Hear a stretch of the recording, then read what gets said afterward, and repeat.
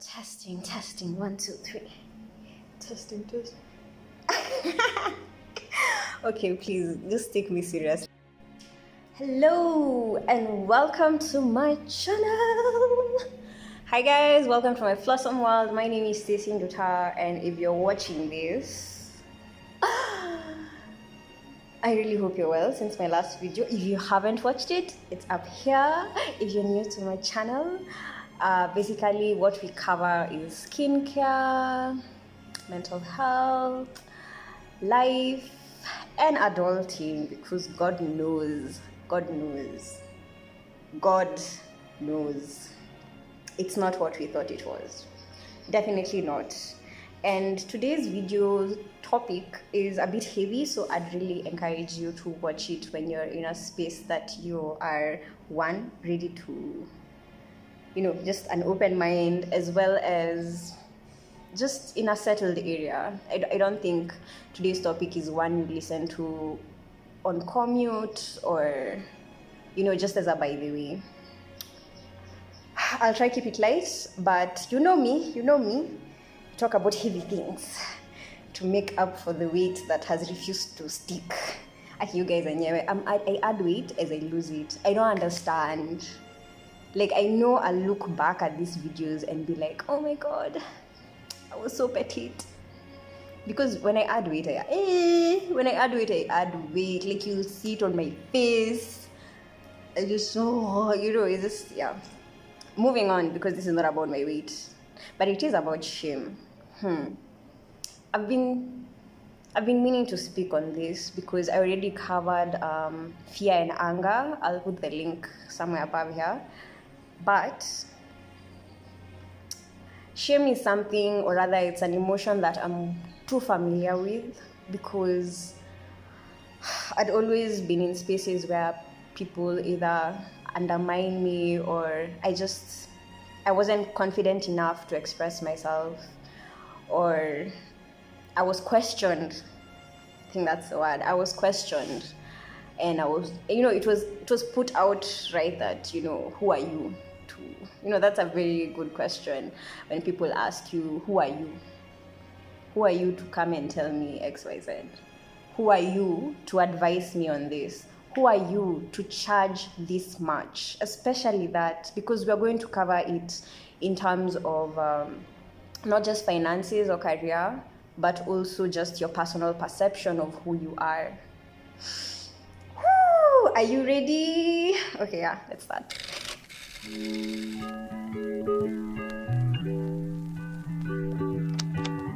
How do you recognize shame? Sometimes when something that I had to do for myself, especially because I've always loved journaling, I had to learn how to use journal prompts. I'll put a link up here, and it'll take you to a collection of videos that I did sometime back. I think it was last year. I did 30 days of shadow prompts, where you basically just ask yourself questions that you probably have never asked yourself. They just put you in a very, I'd call, uncomfortable space where you have to shine a light on parts of your personality or parts of your past that you'd rather not revisit. And sometimes it's easier to just push everything down. But if you fail to recognize shame in your life, what are some of the areas you're ashamed of? What are some of the things you choose not to, discuss with anyone because you're not proud of how you handled a situation? Or even worse, it had like a permanent consequence and you can't go back, how there are some decisions. I know we say that you can always redeem yourself, but there are some decisions that burn bridges that you can't go back from.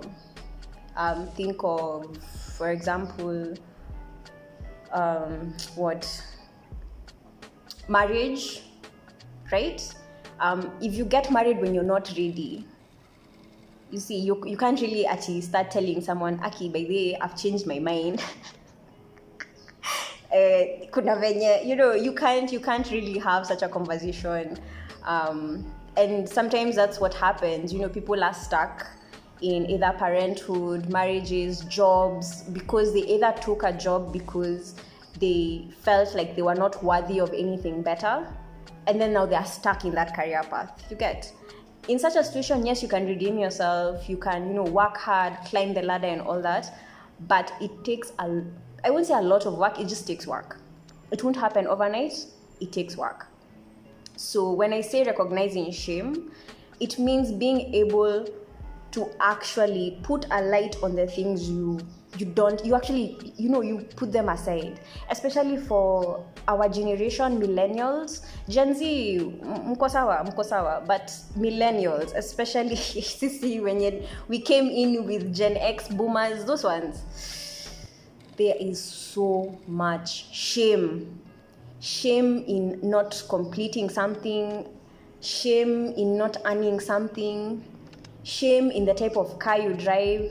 You're driving a car and you're ashamed of it. How? You're ashamed. People, I know a lot of people wonder why I'm very open and honest that I have a bed sitter, but it is my house. I pay my own rent. I pay my own bills. Why would I, sorry to curse, but why the fuck would I care what people think? It's a roof over my head, and it's because of this mawazo finyu, quote unquote, that so many people live a life that they can't sustain. And that's what we'll be talking about today. And like I mentioned, it's a heavy topic, and I hope you're ready. But the first thing, like I said, I'll put a link for the video prompts, or rather shadow work. Let me call it that. People hear shadow and they're like, the devil. No, shadow work is basically just being able to look at things you put in the dark about yourself, about your life, about your experience on earth so far. So what are some of the experiences that you had that you'd rather not discuss? What are some of the experiences that you had that you wish that you did different? That's also another conversation, but it's also associated with shame, where our brain just blocks it out, and we are just hoping that we forget about it. But really, the irony of life is that it keeps presenting us with the same situation over and over and over again. And that's why you can find yourself in a situation where you probably changed jobs, yeah, but you feel the same resistance. And that's when you actually realize you're the same person. You're the same person. Even if you left that job that was toxic or stressing you or all those things, you are the same person. So this actually moves us on to your environment. The same way, I know it's a very common example, but the same way you'd expect a seed to grow in fertile soil, but not in, hapa tu juu kwa desk. It's exactly the same thing. You have to actually figure out the environment that actually brings out that feels quote unquote safe. Because what happens with shame, when you're not in a good environment, because shame is just inverted, it's just guilt. So people will taunt you for how you behave, for how you speak, for how you dress. And what I love about Gen Z is they're able to just express themselves, whether or not you agree with how they're doing it. They are comfortable with that. And it's something that we can really adopt. And I'd actually jot this down as a tool that you can adapt. Figure out if you're in the right environment. If you're in school, is everything in your environment actually helping you towards your goal of completing school, of thriving in your classes, of working on projects that make sense for you? Is it? If, for example, it's your career, are you in spaces that encourage you growth, help you network, help you determine your rates, open up your mind to the opportunities? Because each career, oh my God, you guys, each career has such vast opportunities. I don't think in this day and age you can actually say this career is dead. No, all they're doing is just evolving. It's evolving in terms of the technology involved and all that. But the amazing thing is, the more comfortable you are in your environment, the better you are in finding your voice and also expressing yourself. And wow, do you know, younger me would never,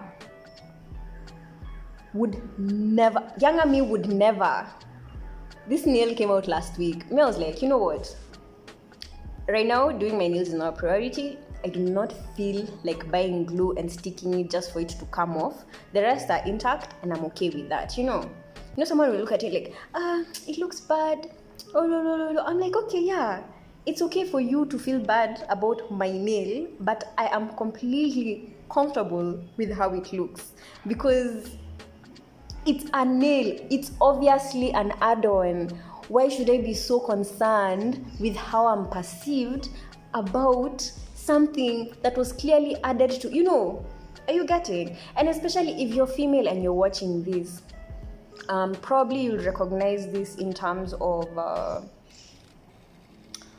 not just how we dress, but also the fact that it takes us so long to get ready because we want to be presentable, For men, it can be the fact that probably most men are not able to speak on depression. They're not able to speak on disappointment, especially that. I feel like that is actually where their anger stems, when men aren't, expressive about disappointment. If you're watching this and you're a man, please understand that sometimes we do want to hear about your disappointment.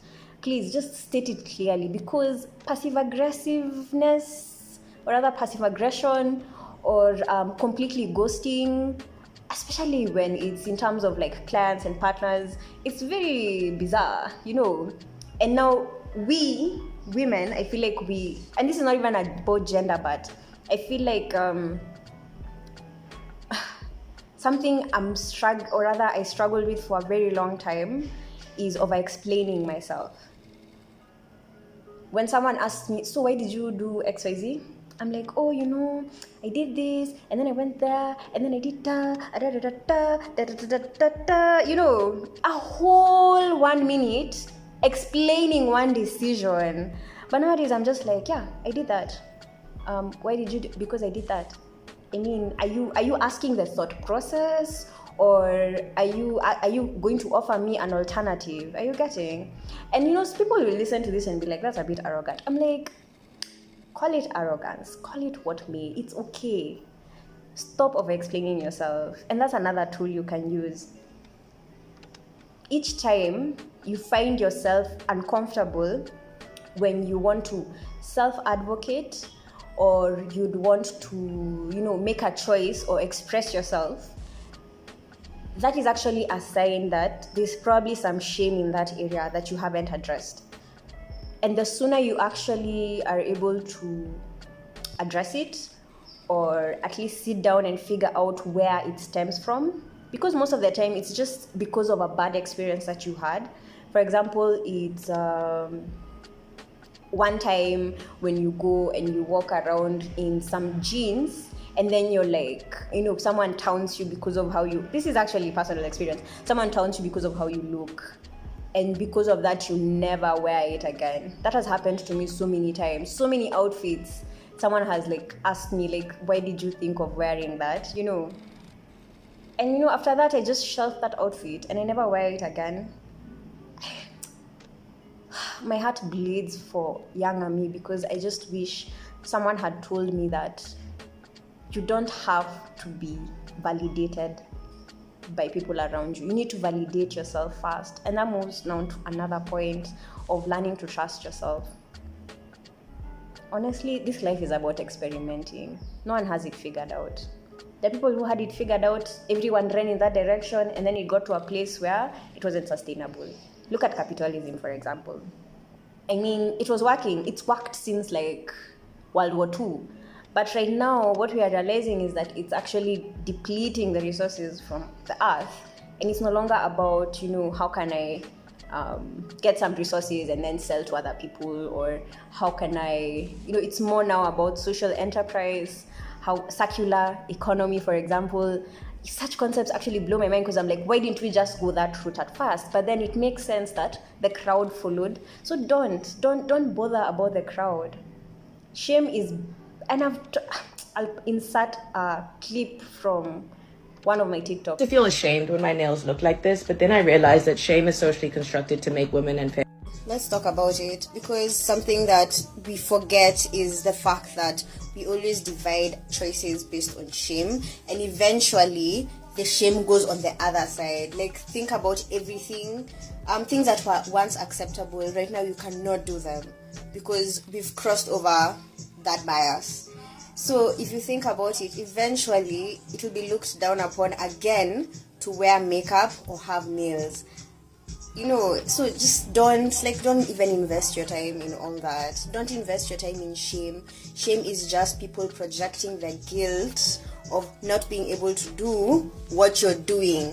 So they'll make you feel bad about it. Think about it, whether it's punctuality, whether it's having your hair done. I think that's why I'm going through the homeless matuta phase or whatever. So, But basically, shame is just inverted guilt, where people will shame you based on a bias that is currently popular. Look at how tricky subject, but it is Pride Month, for example. A lot of people have come out during this month over the years, and I commend them for that. But many people during the religious era, I don't know what to call it, because right now I don't know what's happening. Right now people are more focused on what feels good and all that, and I get it. But during the religious era, it was actually something that's looked down upon, that you couldn't even talk about it, that you could not say or even have the that bracelet, the rainbow bracelet, or anything. You couldn't indicate that was you, because people will attack you. People are scared of things they don't understand. So please learn to trust yourself. Please, this video, please, I really hope, I pray it gets to the right people, because learn to trust yourself. There's a reason you want to explore a certain path, and there's nothing wrong with that. You shouldn't be ashamed of that.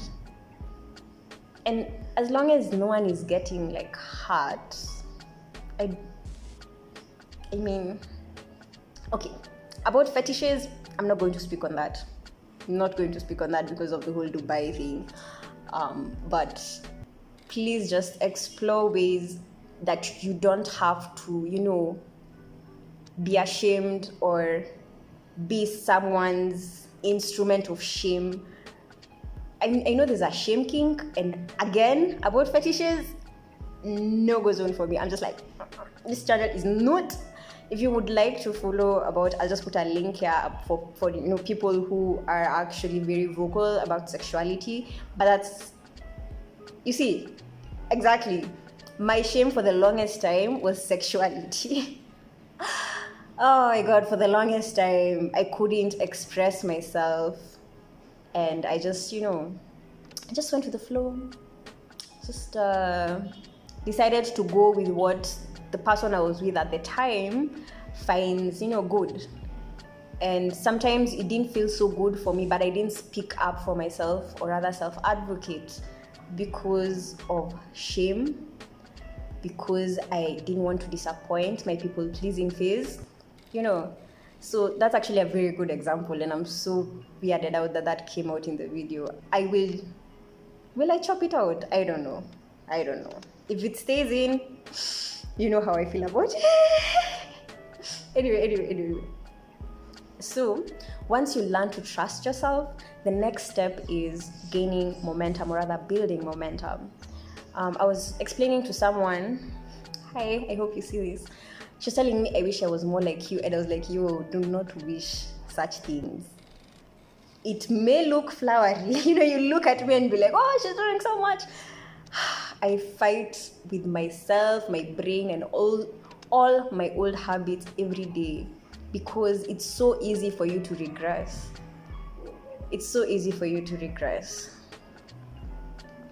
But what you need to learn is, at least each day, make sure you accomplish one promise to yourself.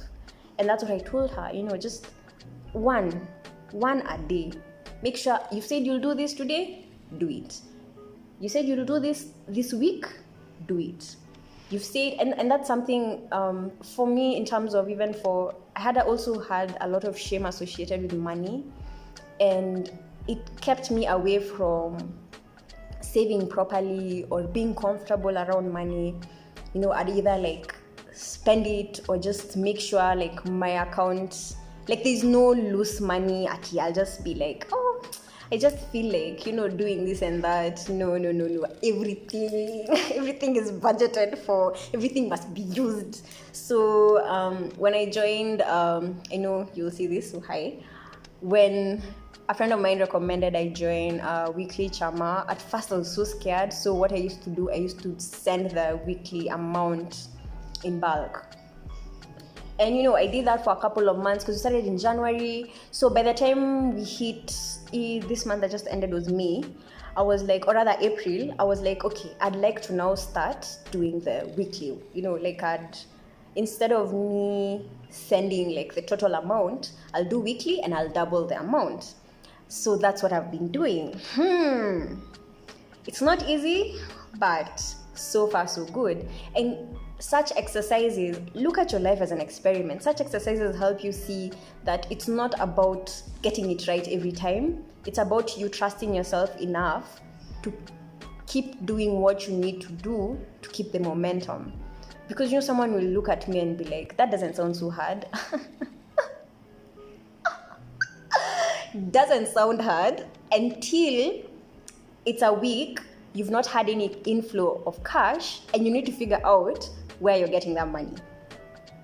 You can't prompt clients to pay early. Now that so what it has taught me is to make sure each week I'm getting money from somewhere. Each week I'm getting paid.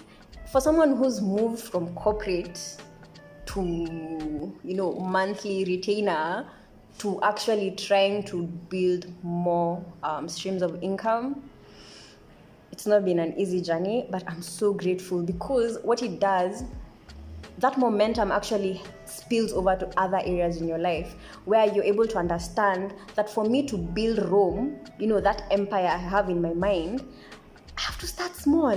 You think Rome just appeared? You think the pyramids just appeared? You think Nairobi just appeared? No, it starts with small building blocks. So think of it like that, and I'll actually attach a life template. I think that's what I'll call it, and it's something that I'm learning how to do for myself. So it's a free template. I'll put the link down below, and it's basically a breakdown that can help you. It's not about scheduling your life, but actually trusting yourself to do at least one thing every quarter.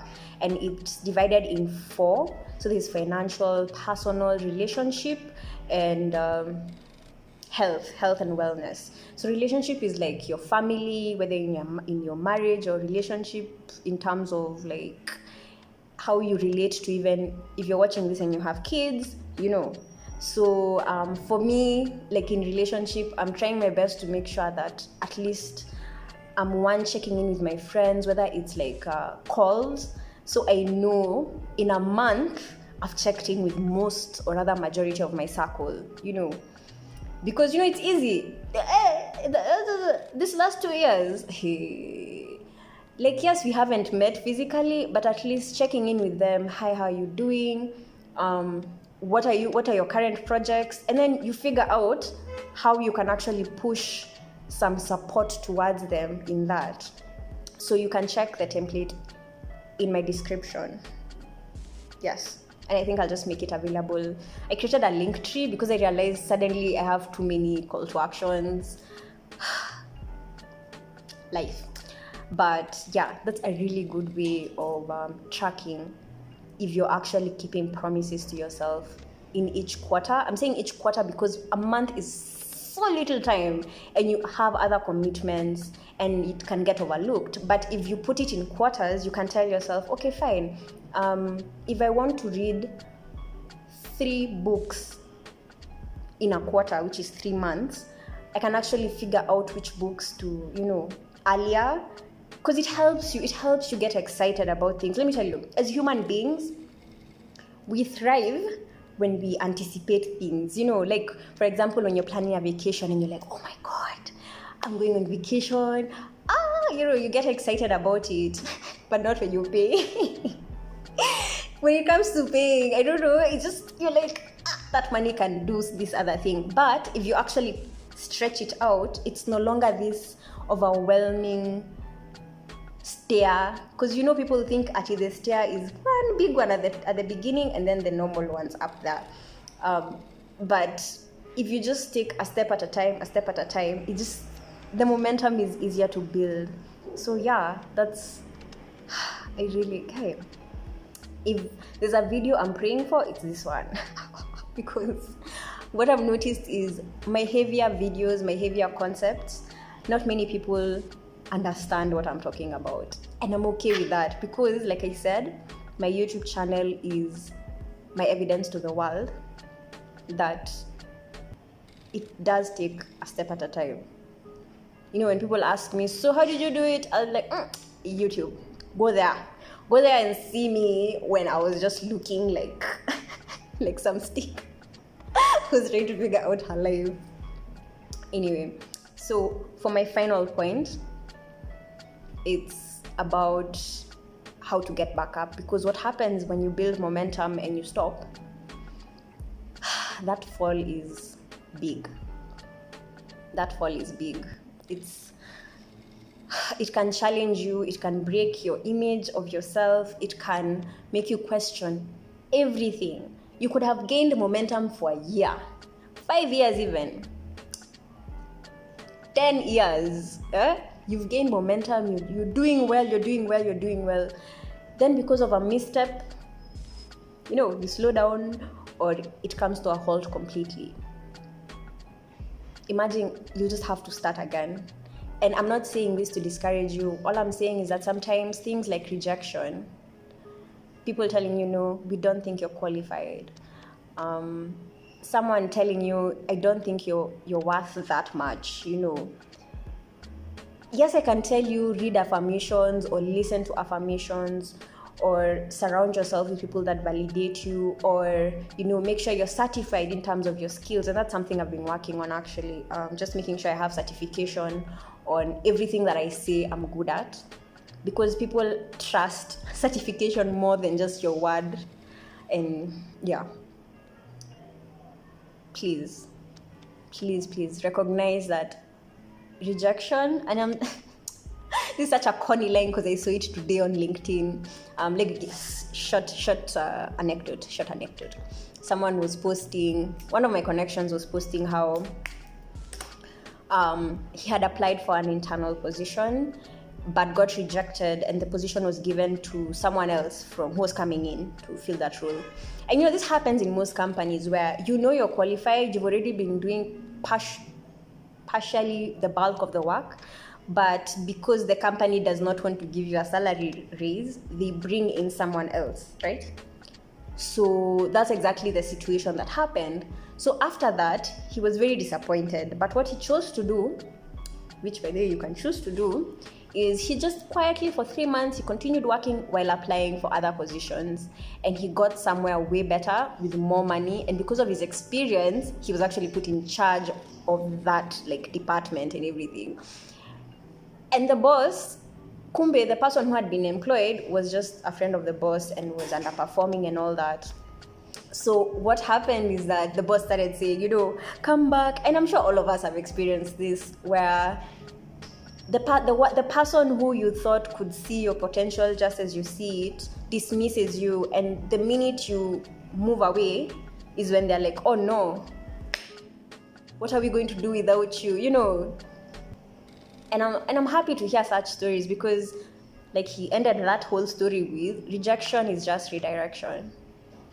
Never beat yourself up that someone rejected you. Imagine it's like me sending you 10K, and then you send it back, and then now I am here depressed. Oh my God, you rejected by 10,000. You know, it doesn't make sense. The value of the 10K still exists. The same way your value is still your value is still there. It does not decrease or increase based on, so it's for you to keep seeing it. So this is why I wanted to speak on shame, because I feel like with the direction the world is going, more and more people are recognizing that shame has no place in your life. Shame is, I mean, it's good when you want to control people, but really there's nothing else. And you see, it gives you like a placement of where shame is used. Shame is used with leaders who are poor leaders, you know, people who do not know how to inspire action. So what they do is force it upon you. And there's a book I'm going through, let me say that, because I have not finished that book. It's very heavy. It's basically called is it 36? What? Okay, I'll look for it and I'll put a photo here. But it's by John Maxwell, and he's a very like renowned speaker when it comes to leadership and how to work with people. And that book is about middle management and how sometimes you can be in the middle and get confused because there are people you're reporting to and there are people who are reporting to you, and you need to figure out a balance and how you speak to both of them without one sounding condescending or even, you know, just being that irritating not manager, but you know what I mean. So yeah, I mean, shame has no place in your life, and I hope this video has shed some light. Thank you so much for watching, and I'll see you next time.